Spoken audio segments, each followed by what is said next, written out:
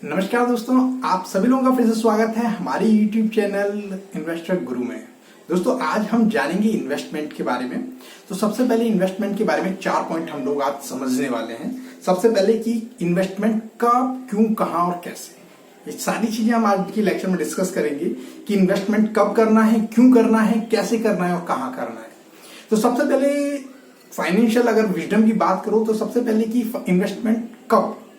तो दोस्तों आप लोगों को पता है कि जब आपकी बेसिक नीड्स पूरी हो जाए, है ना, जैसा ही कहा गया है रोटी कपड़ा और मकान, तो आपकी अगर ये बेसिक नीड्स पूरी हो जाती हैं, स्पेशली अगर आप लोअर मिडिल क्लास में चले जाओ तो वो लोग बेसिकली जैसे मजदूर हुए जो डेली वेजेस पे काम करते हैं, कुछ लोग हुए जिनके पास फैमिली है मगर उनका जो 8-10 हजार रुपए पर मंथ उनको इनकम है, तो ऐसे लोगों के लिए जिन लोगों का जो एक थ्रेशोल्ड से नीचे है, जो अपनी डेली जो आपकी जो बेसिक नीड्स है उन्हीं को मुश्किल से पूरा कर पाते हैं, उन लोगों के लिए इन्वेस्टमेंट सही नहीं रहता है जब तक आप अपनी डेली यूजेस की चीजों को पूरा नहीं कर लेते हैं, है ना। उसके ऊपर आते हैं हम लोग उठ के, जब आप बेसिक नीड्स को पूरी करके आप ऊपर की स्टेज में उठाते हैं। आपने मेहनत की, आपने कहा कि आपके महीने के खर्चे 8,000 रुपए में चल सकते हैं और अब आप कमाने लगे 12,000 रुपए, तब जो ये ऊपर के 4,000 रुपए हैं आप इनको इन्वेस्ट कर सकते हैं। तो समझ में आया कब करते हैं हम लोग इन्वेस्टमेंट? हम जब करते हैं जब हमारी बिल्कुल बेसिक नीड है, मतलब खाने पीने से जो रिलेटेड चीजें हैं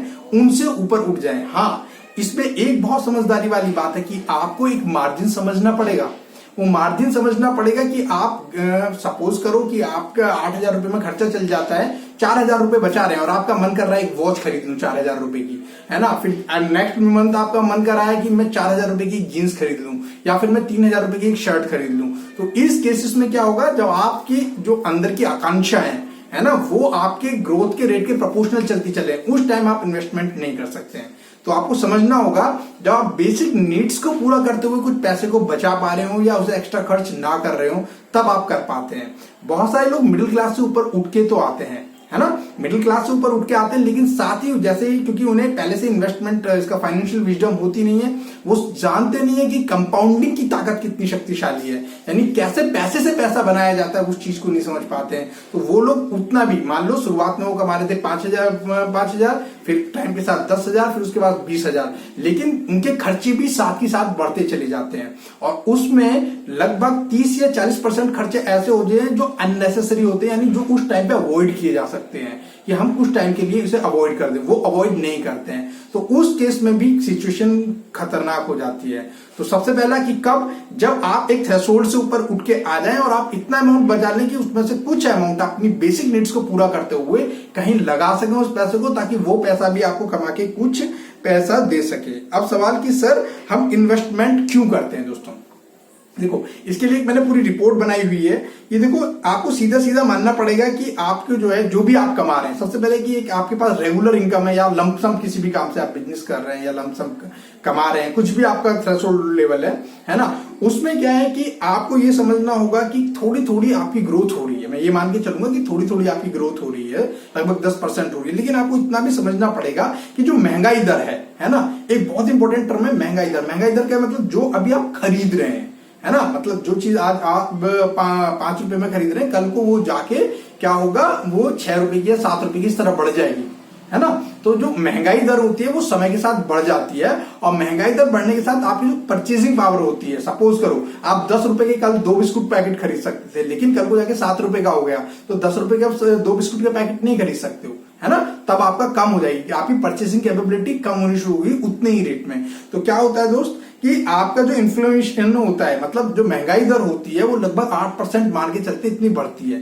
तो यानी जो 10 रुपए आपके आज हैं आपके पास और कल आप उसी से जो चीज आज खरीद रहे हो वो कल खरीदना चाहें तो उसको क्या है, उतने रेट से बढ़ना भी पड़ेगा, यानी 8% से या तो उसे फालतू बढ़ना पड़ेगा या आपको कुछ उस तरह लगाना पड़ेगा कि वो बढ़े, है ना। और आपको जो है ये चीज समझनी होगी, 8वां अजूबा बोलते हैं दुनिया का कंपाउंडिंग इफेक्ट, है ना। कंपाउंडिंग इफेक्ट क्या होता है, चक्रवर्ती ब्याज भी बोलते हैं उसको, चक्रवर्ती ब्याज। तो कंपाउंडिंग क्या होता है कि ये जो है, जैसे मान लो आपके पास मैंने बोल दिया कि आपको पास मैंने 100 रुपए दिए, है ना, और अगली इस पे 8% में कंपाउंडिंग इंटरेस्ट दे रहा हूं, तो 1 साल बाद कितना हो जाएगा, 108 रुपए हो जाएगा। फिर जब नेक्स्ट ईयर लगेगा तो नेक्स्ट ईयर क्या है, 108 रुपए पे आपका जो परसेंटेज ऐड होगी, 108% जो लगेगी, है ना, तो वो आपकी थोड़ी सी ज्यादा हो जाएगी, है ना, तो वो जो है 8.08 हो जाएगी। तो इस तरह ये कंपाउंडिंग चक्रवृद्धि ब्याज आपका बढ़ता चला जाएगा। समझ रहे हैं ना आप, ये एक दुनिया का 8वां अजूबा माना जाता है, क्योंकि आप इसकी पावर को नहीं समझते हैं।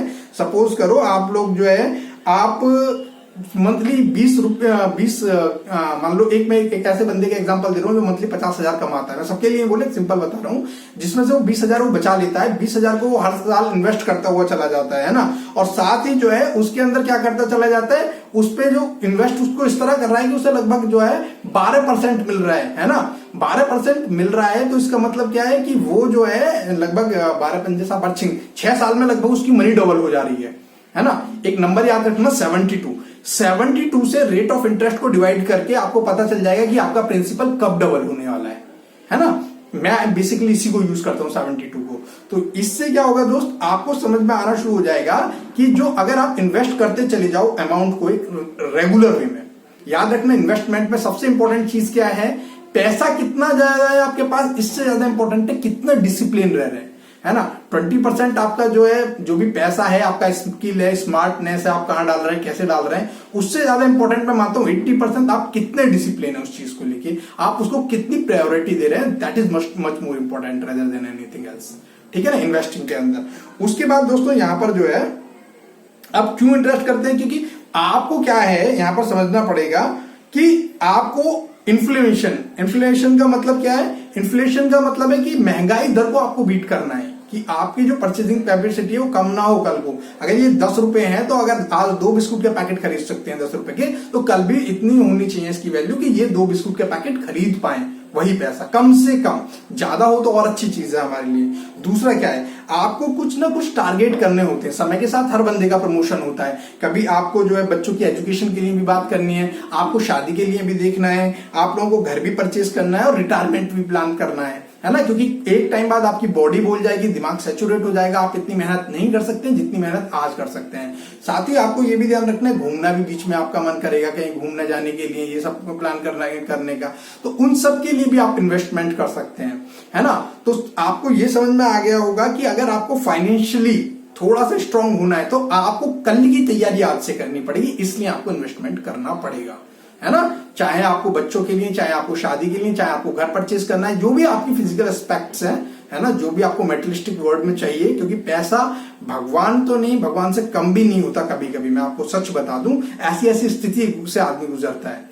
तो अब उसके बाद सवाल उठता है सर उसको हम करें कहाँ इन्वेस्ट, है ना।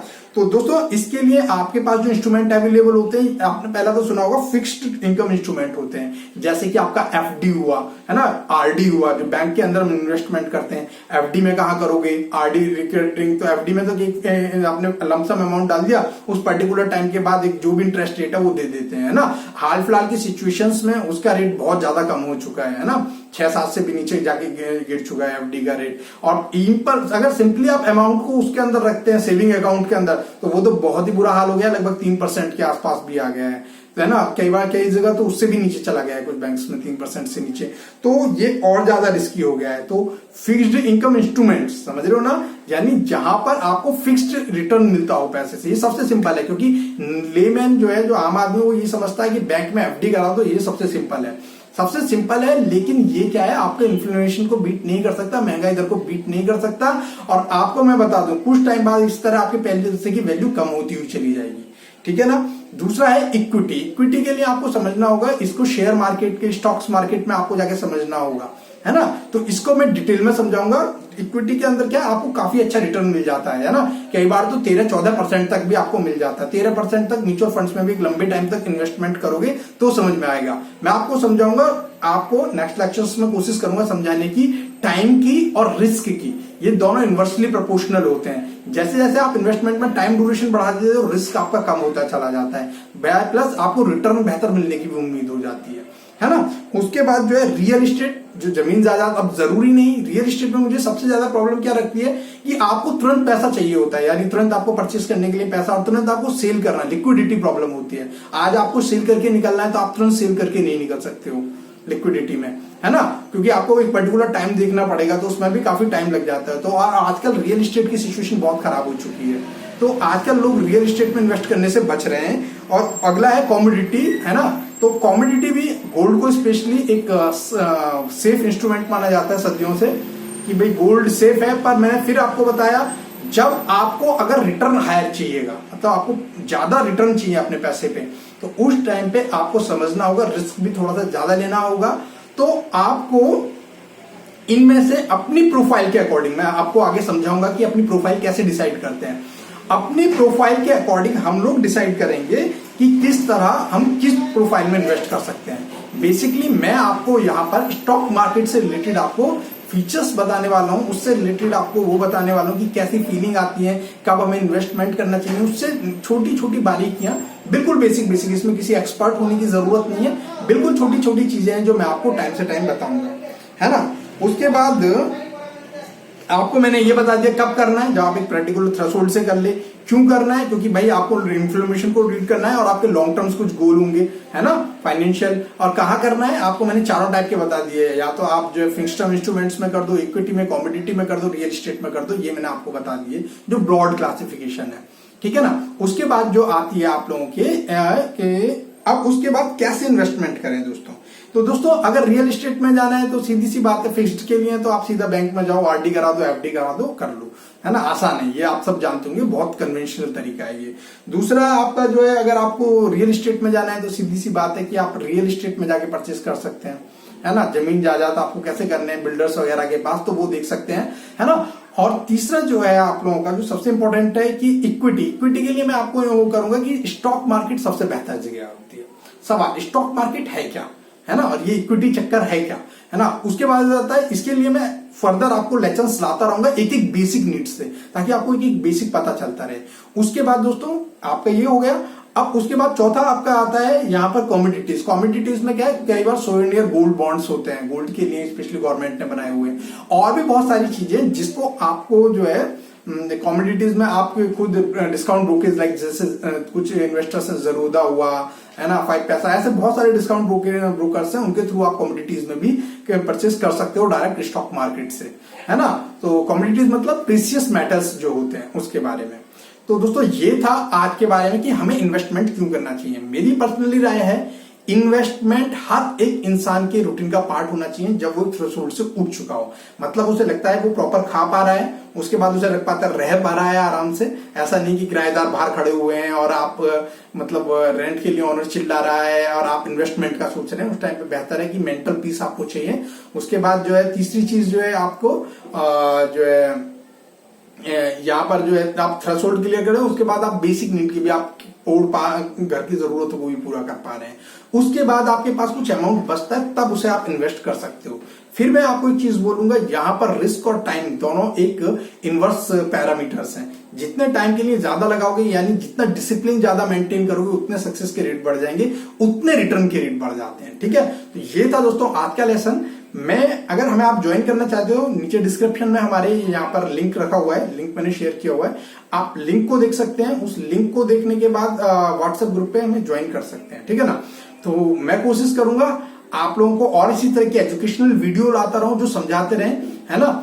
ऐसे ही मैं एक इन्वेस्टर क्या होता है, एक ट्रेडर क्या होता है, इसकी प्रोफाइल के ऊपर मैं कुछ वीडियोस लाऊंगा। स्टॉक मार्केट क्या होता है, कैसे ये काम करता है, आपको कैसे पता चलेगा आप ट्रेडर हैं, इन्वेस्टर हैं, ये सब चीजें मैं आप लोगों को डिटेल में नेक्स्ट लेक्चर्स में बताऊंगा। सो धन्यवाद दोस्तों, मिलते हैं नेक्स्ट लेक्चर में, बाय।